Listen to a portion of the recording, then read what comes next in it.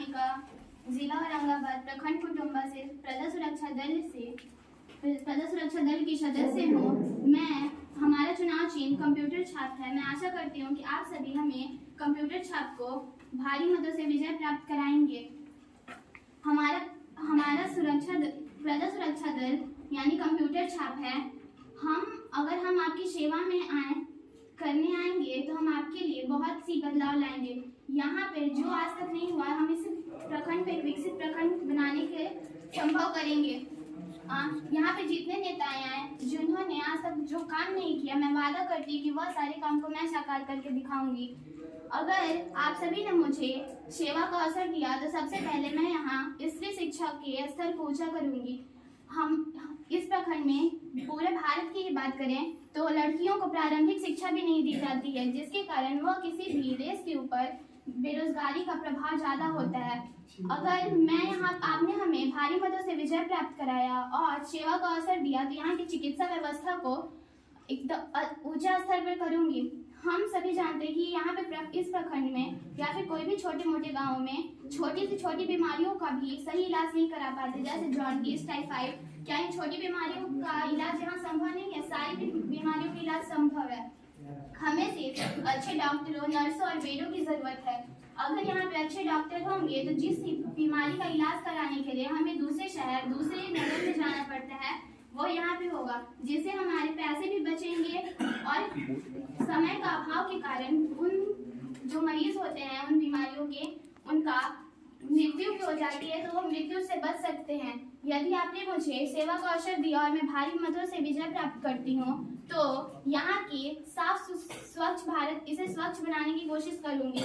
यहाँ पे स्कूलों की मरम्मत, जो हॉस्पिटल होते हैं जैसे कि सरकारी हॉस्पिटल बहुत साफ नहीं होते हैं, वहाँ पे हम जाते हैं तो बहुत गंदगी होती है। तो क्या यह संभव है जो मरीज के साथ वहाँ जा रहा है वो पहले से बीमार है, उस गंदगी को देखकर वो और भी बीमार हो सकता है, जो उसके साथ गया है वह भी बीमार हो सकता है।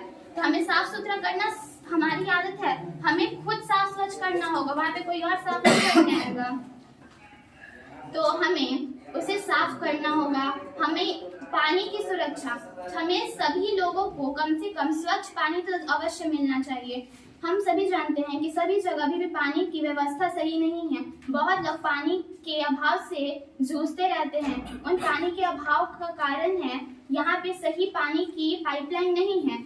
अब जैसे किसान हो गए, उन्हें जो खेती करते हैं वहाँ पे भी पानी का स्तर नीचे होता है, जिस कारण उनके उत्पाद पे बहुत प्रभाव पड़ता है। तो अगर हम सभी खेतों में ट्यूबवेल लगाएं, इलेक्ट्रिसिटी जनरेट करेंगे तो वहाँ पे उत्पाद बढ़ सकता है।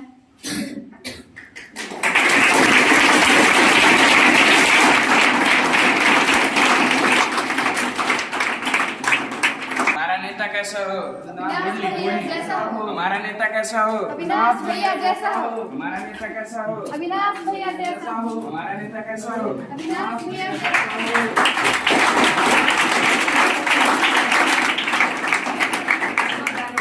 आप सभी को मेरा नमस्कार। मैं अविनाश कुमार लोक सुरक्षा दल का प्रतिनिधित्व करते हुए यहाँ पे आप लोगों के सामने अभी उपस्थित हूँ। आप सभी को बहुत बहुत धन्यवाद जो आप लोग अपना कीमती समय में व्यर्थ नहीं जाने दूंगा। आपका यह समय आपके और आपके आने वाले बच्चों को के उज्जवल भविष्य को उज्जवल बनाएगा। जैसा कि हम जानते हैं कि हम सभी किसान घर से बिलोंग करते हैं।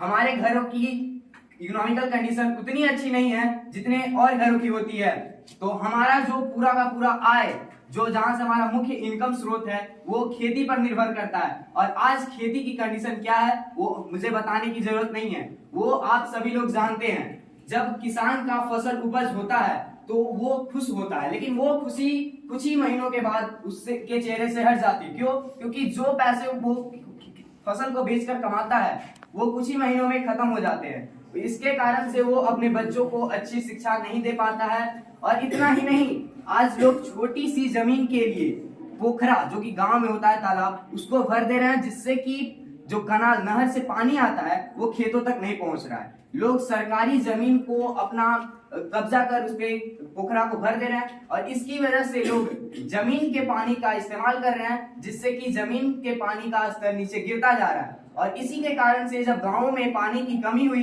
तो हर घर जल योजना को लागू किया गया। लेकिन दुर्भाग्य की बात है कि आज उस योजना से हमारे घरों में पानी नहीं आती है। आज हर घर जल योजना का क्या कंडीशन है वो आप सभी लोग जानते हैं। और एक आम आदमी इतना सक्षम नहीं होता है कि वो बोर कराकर एक 200-400 फीट जो आजकल गांव में नॉर्मल बोर हो रही है उससे पानी को निकाल सके। और इतना ही नहीं, आज का नेता कैसा हो? अन्नू दीदी जैसा हो। आज का नेता कैसा हो? अन्नू दीदी जैसा हो। आज का नेता कैसा हो? अन्नू दीदी जैसा हो। आज का नेता कैसा हो? नमस्कार आप सभी का, मैं अनु, जन सुरक्षा दल, हमारा चिन्ह कलम दवात मैं उम्मीदवार हूँ।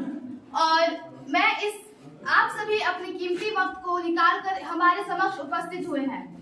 और हमारा पार्टी का यह मुख्य उद्देश्य यह है कि किसी भी क्षेत्र को विकास करने के लिए 3 चीजों की आवश्यकता होती है। पहली, शिक्षा की। दूसरी, हमारी फार्मर कंडीशंस की, हमारे जो किसान भाई हैं उनको कैसे इंफ्रास्ट्रक्चर दिए जा रहे हैं, इसकी सबसे बड़ी जरूरत होती है।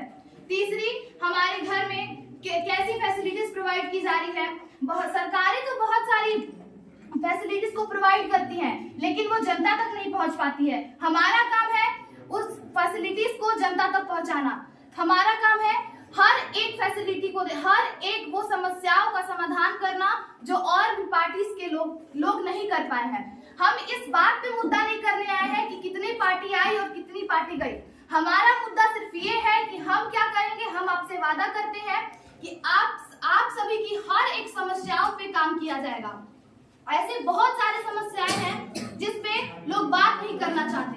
सबसे पहली समस्या सेल्फ डिफेंस। हमारे गांव और लोकेलिटी एरिया में कोई भी लड़की के लिए कोई भी सेल्फ डिफेंस की सुविधा नहीं है। सबसे पहले इसमें हमारे लिए सेल्फ डिफेंस, अगर मैं आप सभी के बीच उम्मीदवार बनकर प्रस्तुत होती हूँ तो सबसे पहले मैं गर्ल्स एकेडमी खुलवाऊंगी जिसमें हर एक गर्ल्स को एक सेल्फ डिफेंस ट्रेनिंग दी जाएगी। दूसरी चीज, फार्मर्स को, अभी हम एक गांव एरिया से बिलोंग करते हैं और इसमें हमारे फार्मर जो है वो टूटते जा रहे हैं, धीरे धीरे कमजोर पड़ते जा रहे हैं, क्योंकि उन्हें हर जो किसान को फैसिलिटीज प्रोवाइड होती हैं, जो हमारे सेंट्रल गवर्नमेंट है वो देती तो है लेकिन तक पहुंचती नहीं है, और पहुंचाने का काम वो हमारा है। इसके लिए किसान भाइयों को सबसे पहले मेथड्स को सिखाया जाएगा, कैसे ग्रेन्स को, जैसे अनाज है उसको कैसे अच्छे से उपजाया जाए। हर एक चीज वो किसान को नहीं दी जाती है। हमारा पूरा प्रयास रहेगा हर एक